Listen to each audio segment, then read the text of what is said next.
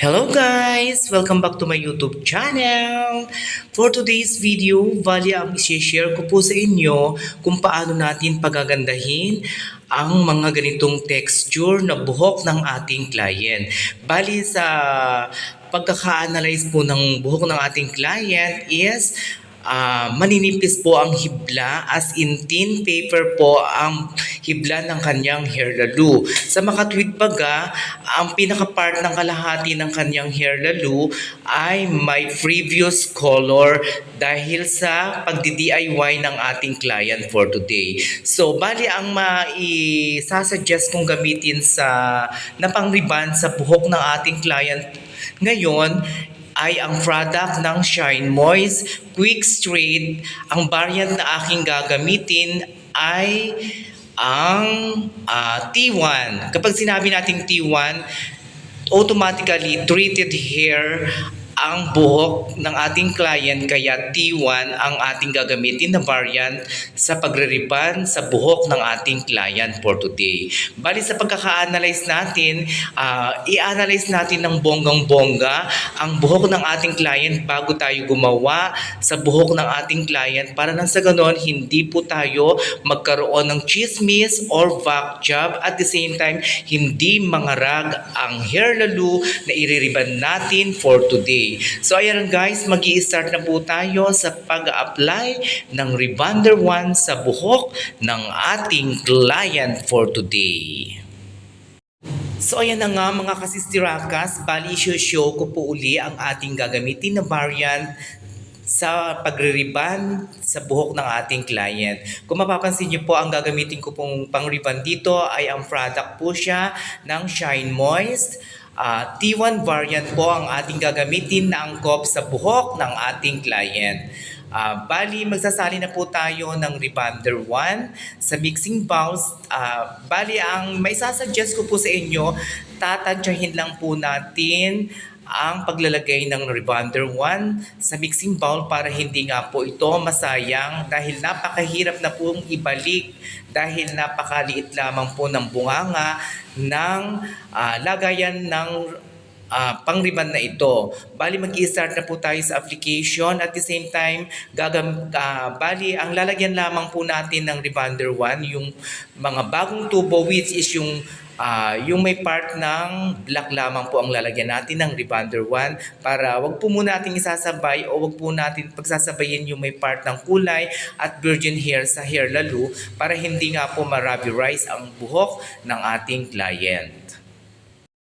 So ayan na nga mga kasistirakas, after na po natin ma-analyze ang hairdo ng ating client is mag-a-apply na po tayo ng Rebonder 1 sa buhok ng ating client. Kung mapapansin nyo po, isasaturate po natin ng bonggang-bongga ang pag-a-apply ng medisina o Rebonder 1 sa bawat himaymay or bawat hibla ng kanyang buhok, para lang sa ganon maiwasan nga po natin ang pagkakaroon ng vac job or chismis. At the same time, wag po muna natin isasagad sa may pinaka-part ng anit, half inch away from the scalp, para na sa ganon maiwasan natin ang magkaroon ng chismis sa may anit. At the same time, maiwasan pa rin po ang pagkakaroon ng poknat sa buhok ng ating client, kaya hindi po natin isinasagad sa anit.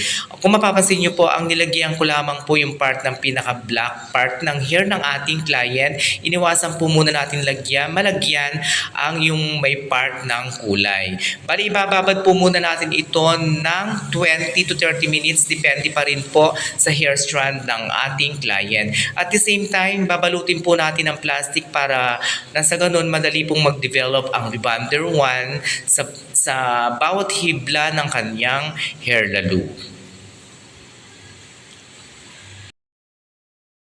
So ayan na nga mga kasistirakas, after 20 minutes, binalikan ko na po ang hair lalo ng ating client, dahil ang buhok ng ating client na riribban ngayon ay maninipis po ang hibla ng kanyang buhok. Bali, after 20 minutes, nag-strand na po tayo. Ayan po, kung mapapansin nyo po, nag-elastic na po yung Rebonder 1 na nilagay natin sa hair lalo ng ating client. Kaya ibababa na po natin yung Rebonder 1 sa may part ng hindi natin nilagyan kanina.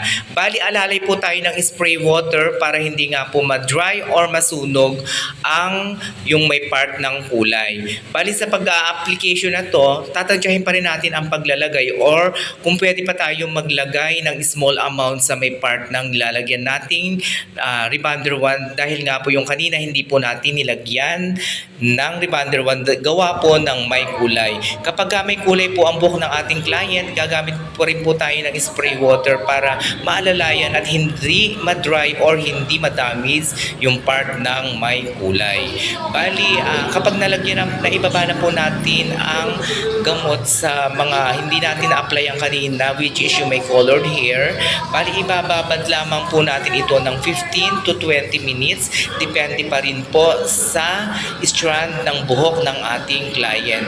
Alalay pa rin po tayo ng spray water para hindi nga po ito ma-dry or masunog. Gawa ng may kulay po yung part ng kalahati ng part ng buhok ng ating client.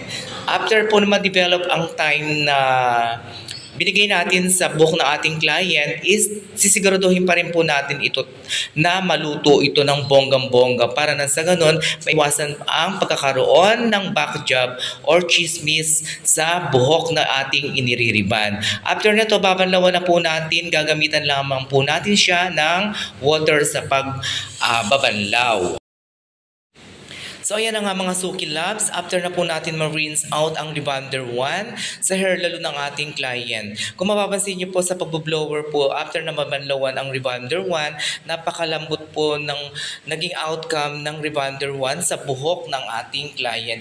Patutuyuin po ito natin ng 100% bago tayo mag-proceed sa pag-hair iron sa buhok ng ating client. Bali sa pagpaplansya naman po or init ng plancha sa buhok ng ating client is tatansyahin lamang po natin. Kung kaya po ng 180 or 200 degrees Celsius, pwede lamang po. Dahil nga po maninipis ang hibla ng buhok ng ating client is alalay pa rin po tayo sa pag-hair iron dahil kapag nilaksan po natin ang heat ng hair iron sa buhok ng ating client, may tendency po itong masunog or mag-rubberize. Kaya alalay po tayo sa pag-hair iron sa buhok ng ating client.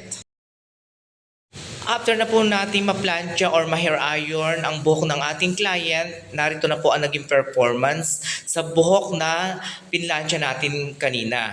Then, siguraduhin po natin na palamigin bago tayo mag-proceed or bago tayo mag-apply ng neutralizer para hindi nga po ito ma-dry or manigas gawa ng init ng pag-hair iron natin. Kaya siguraduhin natin bago tayo maglagay ng neutralizer sa buhok ng ating client is siguraduhin natin malamig na bago tayo mag-apply ng neutralizer sa buhok ng ating client. After na po nating mapalamig ang buhok ng ating client is maglalagay na po tayo ng neutralizer sa buhok ng ating client. Bali kapag nailagay na po natin ang neutralizer sa hair lalo ng ating client is ililib po muna natin siya ng 20 to 30 minutes para nang sa ganun pack na pack at hindi ma-dry ang hair lalo ng ating client.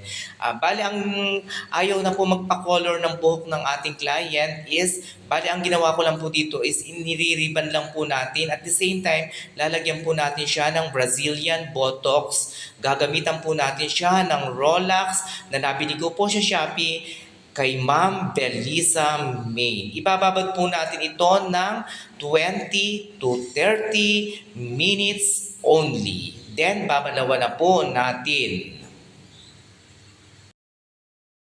So, ayan na nga mga Suki Labs. Bago po natin maglagay ng Brazilian Botox, kung mapapansin niyo po, ang gagamitin ko pong treatment sa buhok ng ating client ay ang product po siya ng Rolex Botox na nabili ko nga po ito sa Shopee kay Ma'am Belisa Min. Sa gusto pong gumamit at mag-avail na to, i-message nyo lang po yung tindahan or store ni Ma'am Belisa Min dahil si Ma'am Belisa Min ay legit sell legit na nagbebenta ng mga gamot na branded.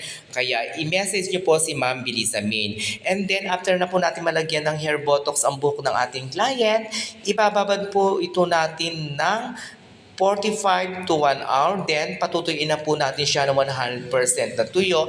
Take note po, ang Brazilian blowout treatment ay hindi na po binabanlawan. Kung bagkus, papatuyuin na po natin siya ng 100% na nakalagay po ang gamot. After 1 hour sa pagkakababad po ng Brazilian Botox sa buhok ng ating client, patutuyuin na po natin ito ng 100%. Kung mapapansin niyo po ang buhok ng ating client, ay pinapatuyo ko lang po ito ng medium heat. At the same time, kung mapapansin niyo po, napaka-shiny na po ng hair lalo at ng buhok ng ating client. At the same time, bagsak po ang magiging result nito kasi nga po napakaganda po ng produkto ng Shine Moist Quick Straight na pang-rebond. Bali, ang ginamit ko nga po palang variant dito na pang-rebond ay ang T1 product, which is for treated hair. Kapag sinabi natin for treated hair, pwede po siya sa may mga colored hair, pwede po siya sa maninipis ang hibla. Kung mapapansin niyo po, napaka-shiny na po ng buhok ng ating client. Bali, patutuyin po natin ito ng 100%, then magpuproceed na po tayo sa pag-hair iron sa buhok ng ating client para po mag-lock in na po ang lahat ng medisina na ilagay natin sa buhok ng ating client.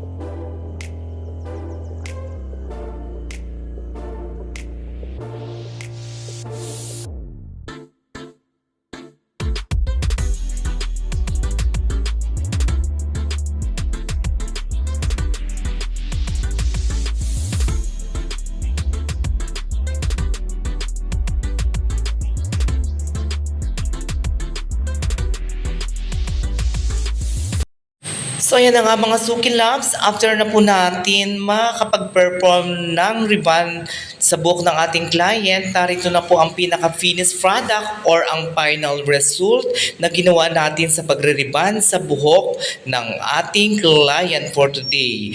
Sa mga hindi pa po nakaka-subscribe sa aking YouTube channel, please like and share. At the same time, pakiclick na rin po ang aking notification bell para sa susunod kong video tutorial. Ma-update po kayo ng bonggang-bongga. God bless everyone! Bye-bye!